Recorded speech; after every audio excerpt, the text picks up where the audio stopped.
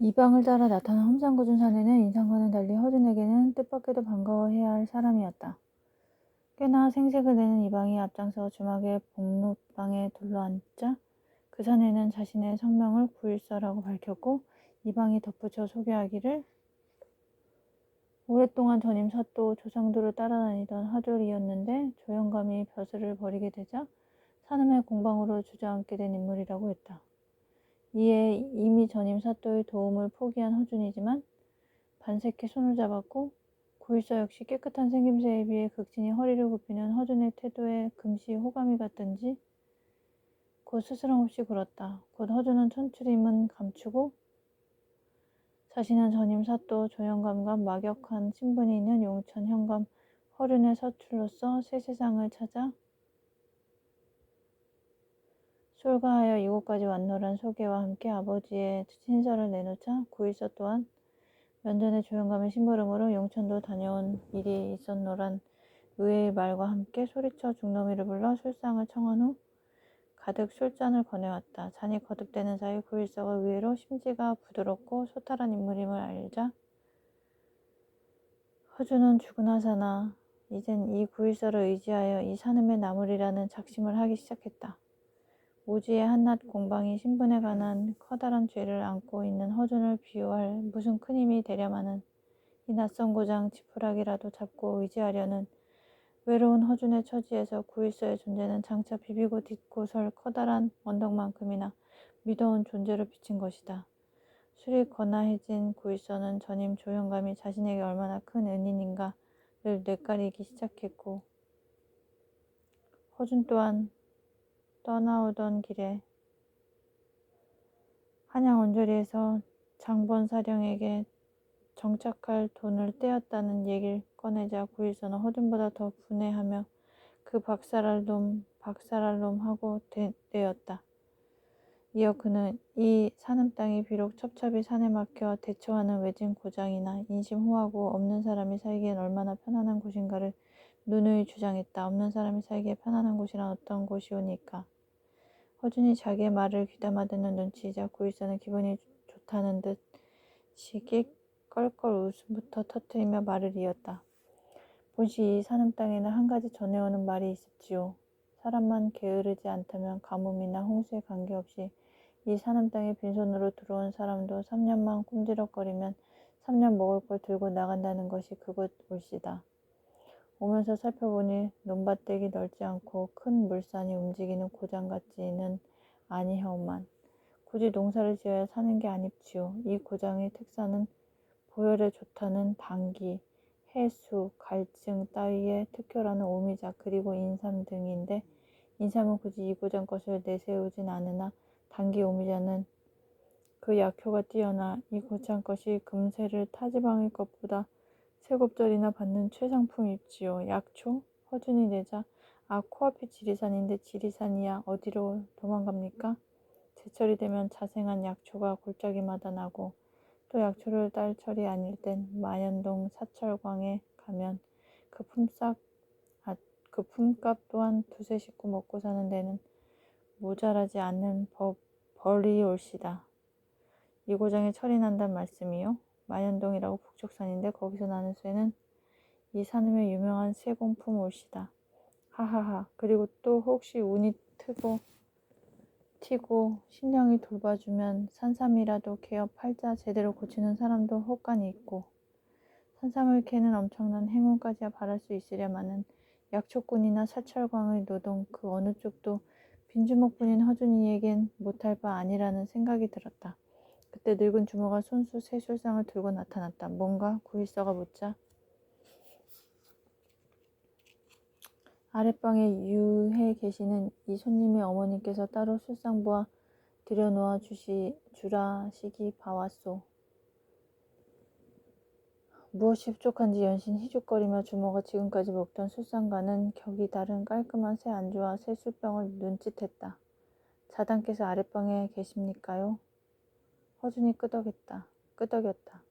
허준은 짐작했다. 신분에 관한 근심이 태산 같던 터에 느닷없이 닥친 관원들이 불안하지 않을 리 없는 어머니와 다이가 아마도 이 복롯방의 화제를 엿들었을 게고 그러나 뜻밖의 은혜로운 사람임을 알고 인사의 술상을 들여보냈을 것이다. 그 술상을 비우며 구일서는 다시 허준의 신상을 제 일처럼 근심하다가 당장 오갈 때가 마땅치 않으면 자기 집 뒷곁 허드렛방을 하나 치워 자리가 잡히기까지 임시로 거주하면 어떠냐고 제의했다. 놀란 허준에게 구일서는 자기는 상처한 후 새로 맞은 아내와 그 아내에게서 난 아직 젖먹이 아이와 눈이 어두운 노모가 한 사람 있노라 부연하며 사뭇 진정이었다.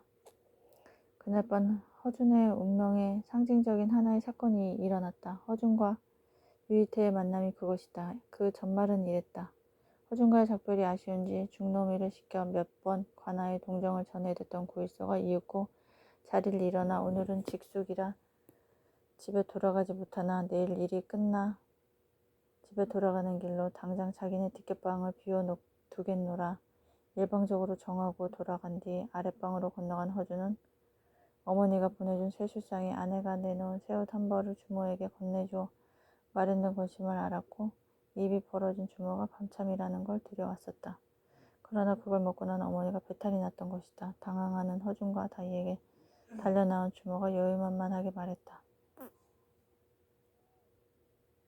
걱정을 마오. 이 사는 땅에선 제 명수 다하느니 아니고서야 유의원께서 다 고쳐주시니까요. 유의원? 예, 유이태란 분이시오. 유이태? 괴로워하는 손실에 부축해 섰던 다이가 문득 되뇌며 기억을 되살렸다. 귀양의 땅, 북청서 의주까지 아버지가 필사적으로 찾아 나섰던 인물의 이름이 유이태였지 않은가. 다이의 의문을 무시하고 주모가 중놈이에게 소리쳤다. 아, 뭘 해요. 어서 앞장서 댕겨오지. 그제야 중놈이가 주막집 마루 기둥에 매달렸던 주자 쓰인 사방등을 들고 서둘렀고 허준도 그 등불 따라 어머니를 둘 수 없고 달렸다. 그 뒤로 다이도 쫓아나섰다. 유이태의 집은 마을과는 멀리 떨어져 읍내 불빛이 굽어배는 산비탈 제법 눕직한 언덕배기에 위치해 있었다. 보통 우연댁하고는 다른 우연댁 옷이다. 지난날 아버님이 그토록 만나고자 소원하시던 것도 무언가 짐작이 갑니다. 마당과 마루에 몰려있는 사람들을 보고 곱게 차례를 지키기에는 틀렸다고 중얼대던 중놈이가 누굴 찾아 사라진 후 다이가 남편의 어깨 곁으로 다가서며 조용히 한 말이었다. 어떠합니까 지금? 허준이 역시 잠잠해진 어머니에게 병세를 물었다. 이상하구나. 한참 네가 출렁이며 달려와준 탓인지 한결 가라앉았어. 조금만 참고 견디소서. 이왕 왔으니 혹 압니까? 제법 용한 의원이라면 어머님의 오래된 가슴앓이 병도 낫게 할 수 있을지. 손씨가 쓸쓸히 미소 짓자 다이가 아직도 묻던 감회를 담아 한마디 보탰다. 그냥 허명만 난 사람은 아닌 듯합니다. 왠지 제 짐작이 그러합니다. 이때 중놈이가 슬그머니 나타나 허준에게 손때에 묻은 나무패 하나를 내밀었다. 뭐요 이건? 순번을 기다리는 패옷이다. 유연의 의술을 배운답시고 자칭 제자라는 것들 두셋을 제가 잘 아는데 벼슬 높은 몇 사람이 와 있다고 오늘은 쇠치긴 안 된다고 떠드는군 입쇼. 병자를 데리고 온 처지에 마음 급하지 않은 사람이 어디 있으랴만 과연 주변은 무시로 나 좀 봐주소를 연발하고 신음하는 애처로운 병자들이 멍석 위에 줄을 이어 있었고 몇몇 중병인 병자를 보며 허준은 새치기 할 염치는 없었다. 이 집이 늘 이렇게 붐비오? 허준이 묻자 유의원께서 늘 집에 안 계시기 때문일시다. 좀 괴팍한 양반이라서 새벽에 계시다가도 아침엔 없고 또 어쩌다 집을 떠나면 한 달은커녕 두 달, 석 달씩 안 계시기도 하고 그러니 아파도 그 양반이 집에 돌아와 계실 때 아파야지요. 또 돌아오셨다면 소문이 하룻밤 만에 나서 이 모양이요. 대체 어딜 다니기에 모릅죠. 소문은 가지가지지만 작은 웬 술 잘 먹는 중하고 함께 돌아다니는 건 자주 봤습죠.